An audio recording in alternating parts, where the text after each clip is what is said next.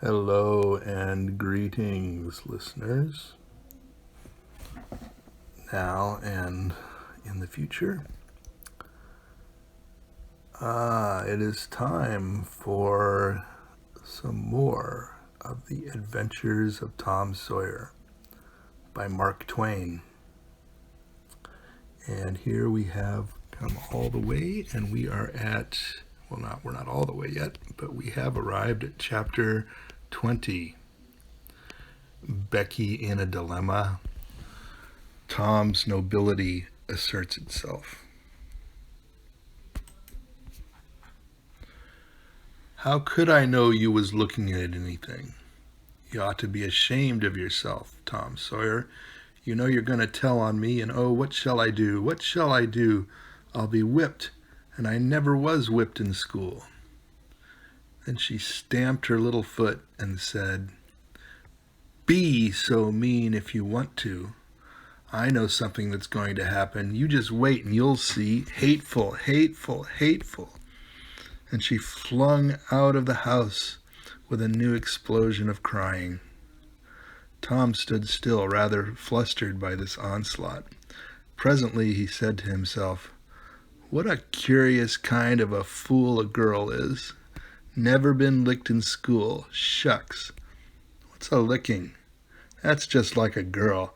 They're so thin-skinned and chicken-hearted.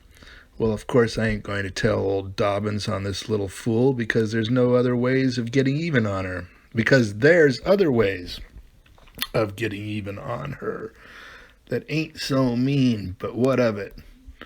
Old Dobbins will ask who it was tore his book. When he comes to the right girl, he'll know it without any telling. It's a kind of a tight place for Becky Thatcher because there ain't any way out of it. Tom conned the thing a moment longer and then added, All right, though, she'd like to see me in just such a fix. Let her sweat it out. Tom joined the mob of skylarking scholars outside. In a few moments, the master arrived and school took in.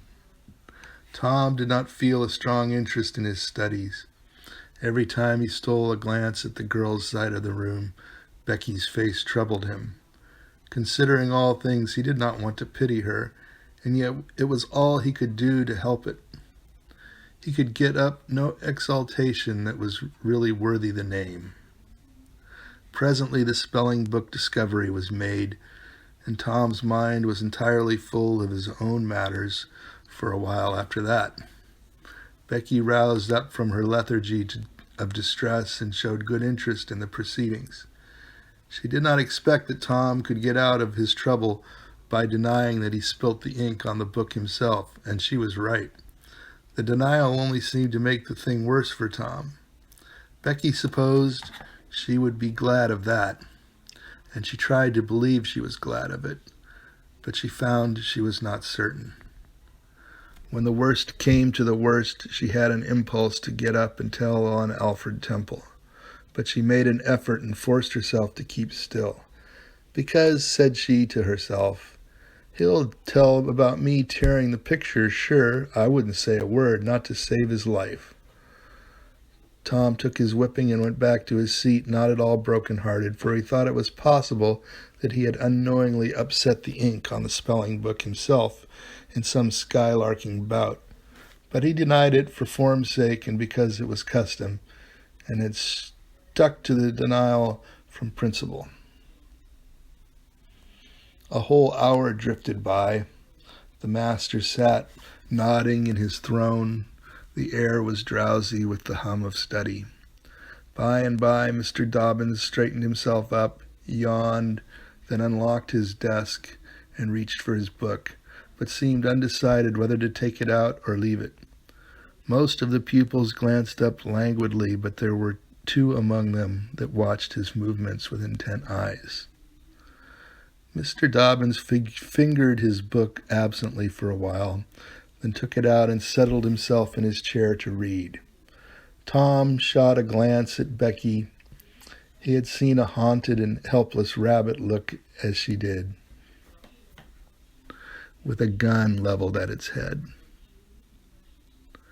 Instantly he forgot his quarrel with her. Quick, something must be done in a flash, too. But the very imminence of the emergency paralyzed his invention. Good. He had an inspiration. He would run and snatch the book, spring through the door and fly, but his resolution shook for one little instant, and the chance was lost.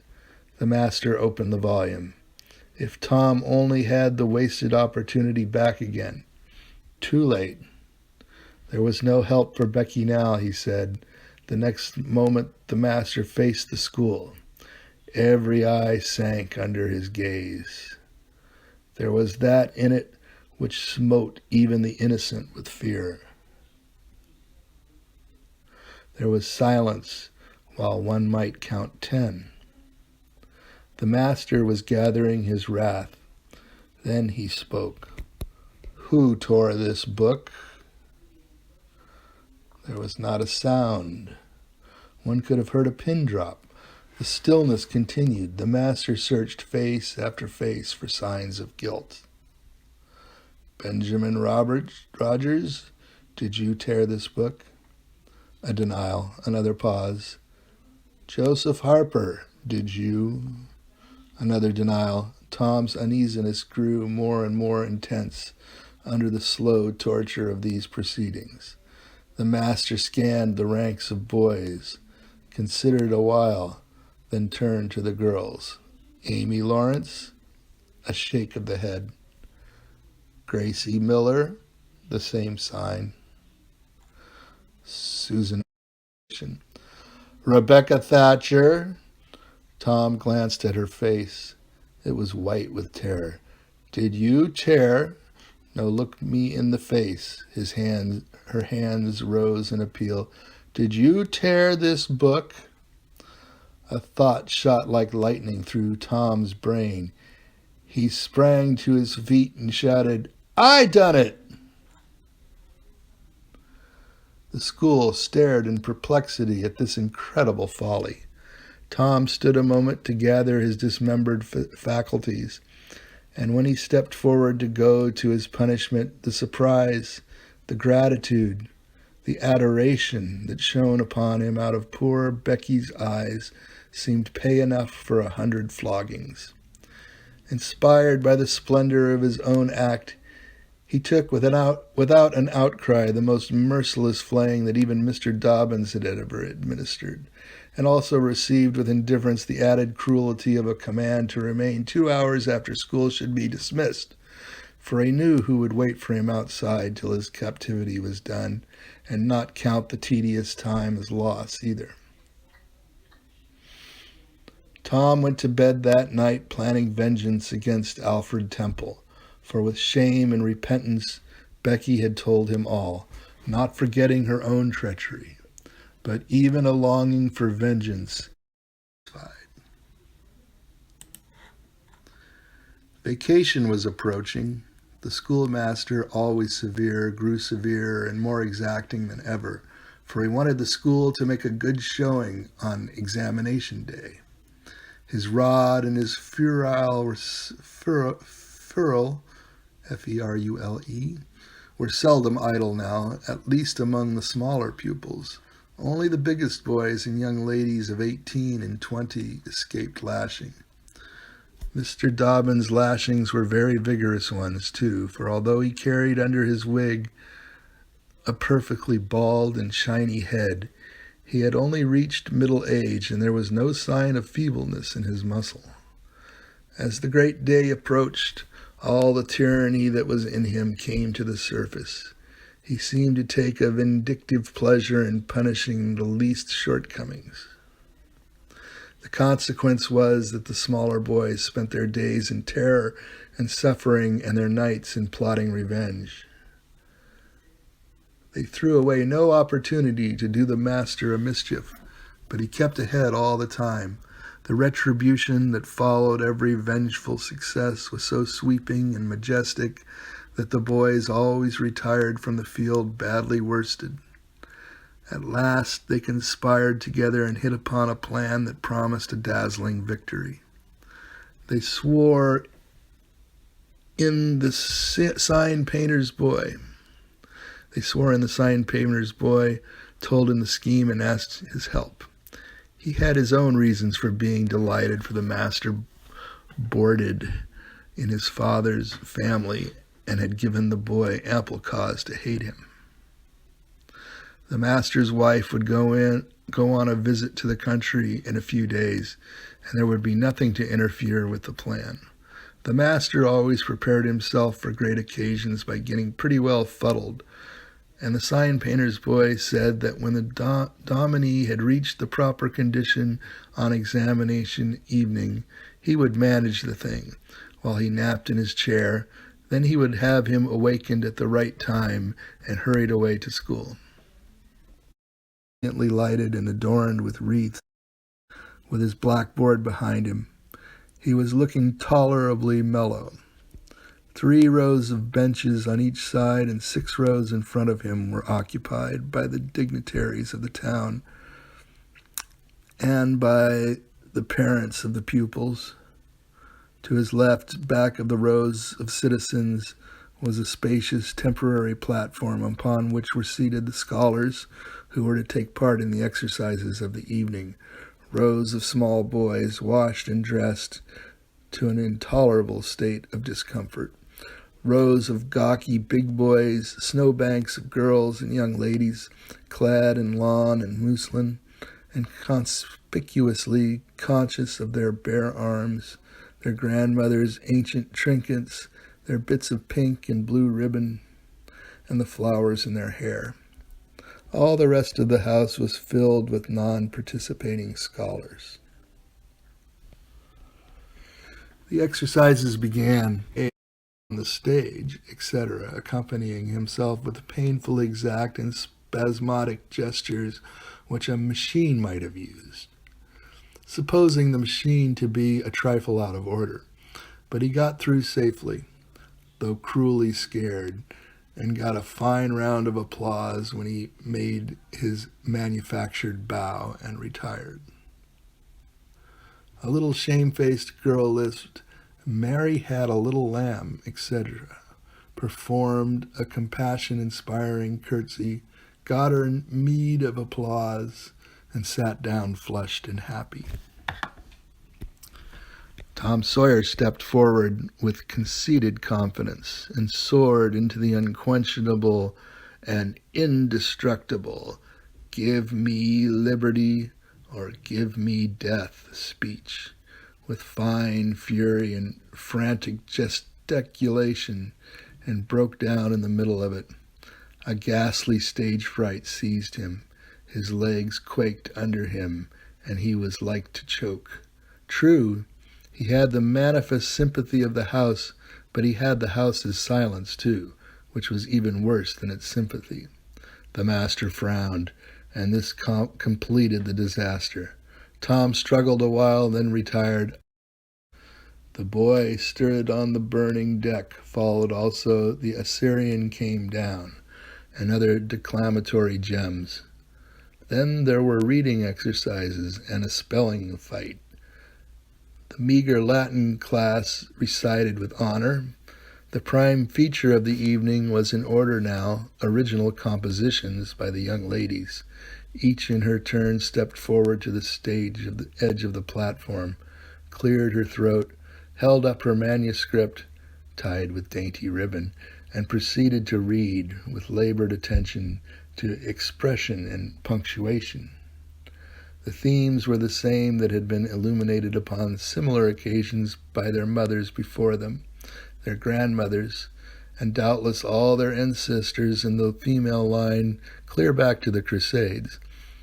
Friendship was one, memories of other days, religion in history, dreamland, the advantages of culture, forms of political government compared and contrasted, melancholy, filial love, heart longings, etc., etc.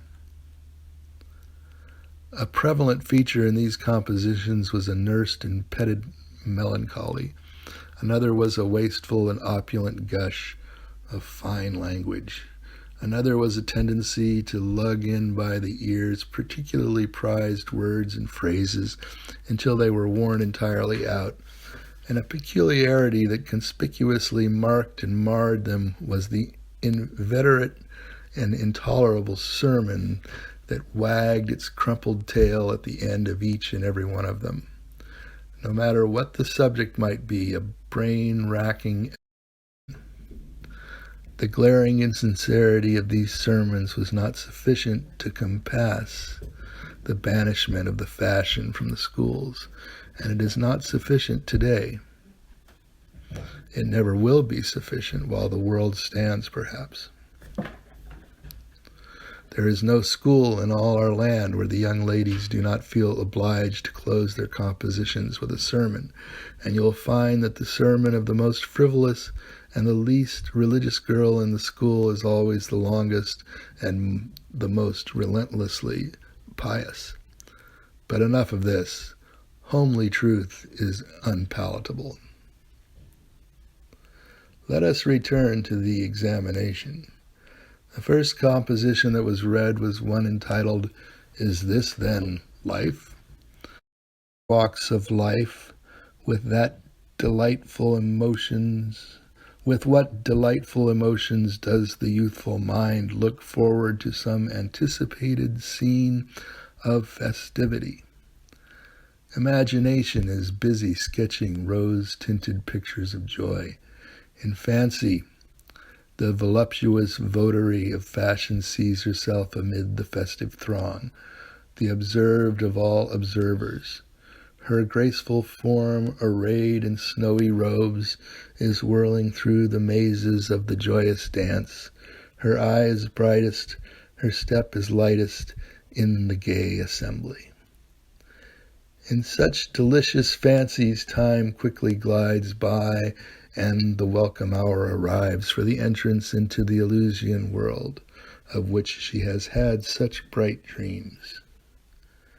How fairy-like does everything appear to her enchanted vision. Each new scene is more charming than the last, but after a while she finds that beneath this goodly exterior all is vanity. The flattery which once charmed her soul now grates harshly upon her ear. The ballroom has lost its charms, and with wasted health and embittered heart she turns away, with the conviction that earthly pleasures cannot satisfy the longings of the soul. And so forth and so on.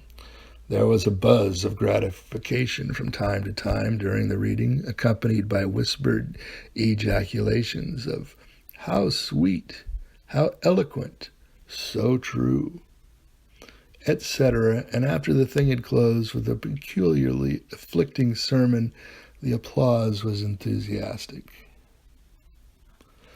Then arose a slim, melancholy girl whose face had the interesting paleness that comes of pills and indigestion, and read a poem. 2 stanzas of it will do. A Missouri Maiden's Farewell to Alabama. Alabama, goodbye. I love thee well, but yet for a while do I leave thee now. Sad, yes, sad thoughts of thee my heart doth swell, and burning recollections throng my brow. For I have wandered through the flowery woods, have roamed the road near Tallapoosa's stream, have listened to Tallahassee's warring floods, and wooed at Coosa's side Aurora's beam. Yet shame I not to bear an o'erfull heart, nor blush to turn behind my tearful eyes. 'Tis from no stranger land I now must part, 'tis to no strangers left I yield these sighs. Welcome and welcome were mine within this state, whose veils I leave, whose spires fade fast from me, and cold must be mine eyes and heart and tape. when dear Alabama they turn cold on thee. There were very few there who knew what tet meant, but the poem was very satisfactory nonetheless. Next appeared a dark-complexioned, black-eyed, black-haired young lady who paused an impressive moment, assumed a tragic expression, and began to read in a measured, solemn tone. A vision. Dark and tempestuous was night. Around the throne on high not a single star quivered, but the deep intonations of the heavy thunder constantly vibrated upon the ear, whilst the terrific lightning reveled in angry mood through the cloudy chambers of heaven, seeming to scorn the power exerted over its terror by the illustrious Franklin. Even the boisterous winds unanimously came forth from their mystic homes and blustered about as if to enhance by their aid the wildness of the scene. At such a time, so dark, so dreary for human sympathy, my very spirit sighed, but instead thereof, my dearest friend, my counselor, my comforter and guide, my joy and grief, my second bliss and joy, come to my side. She moved like one of those bright beings pictured in the sunny walks of fancy's Eden by the romantic and young, a queen of beauty, unadored save by her own transcendent loveliness. So soft was her step, it failed to make even a sound, and but for the magical thrill imparted by her genial touch, as other unobtrusive beauties, she would have glided away unperceived, unsought.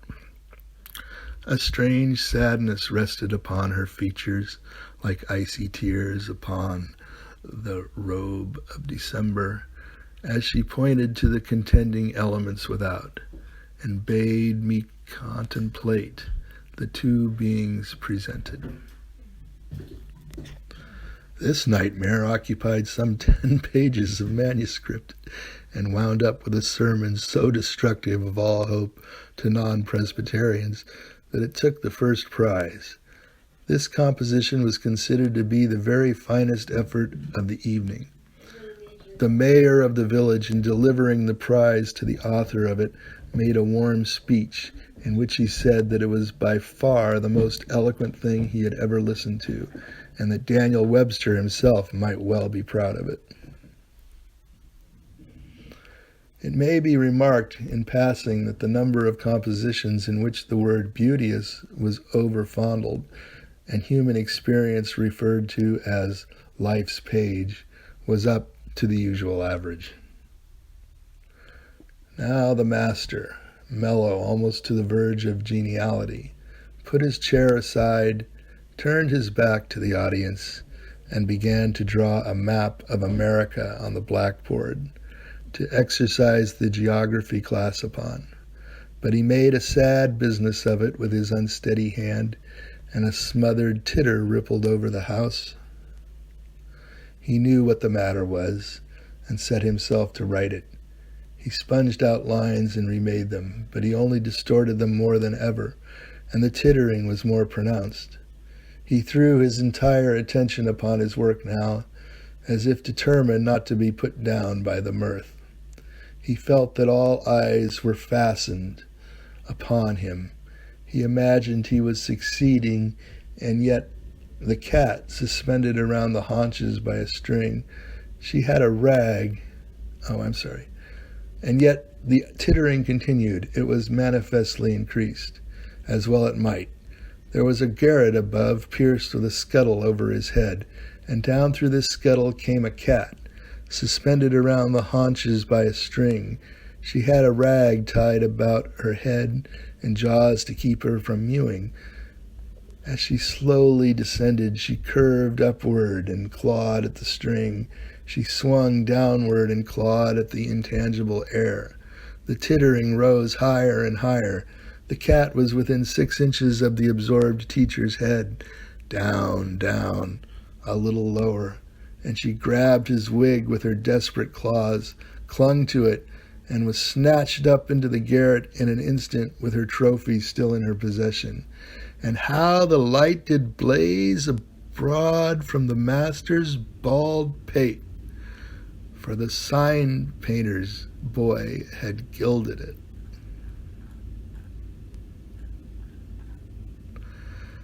That broke up the meeting. The boys were avenged. Vacation had come. Note: the pretended compositions quoted in this chapter are taken without alteration from a volume entitled Prose and Poetry by a Western Lady, but they are exactly and precisely after the schoolgirl pattern, and hence are much happier than any mere imitations could be. Thanks very much for listening, and please come back for more. And also please follow me. I am DAWilson over on happs.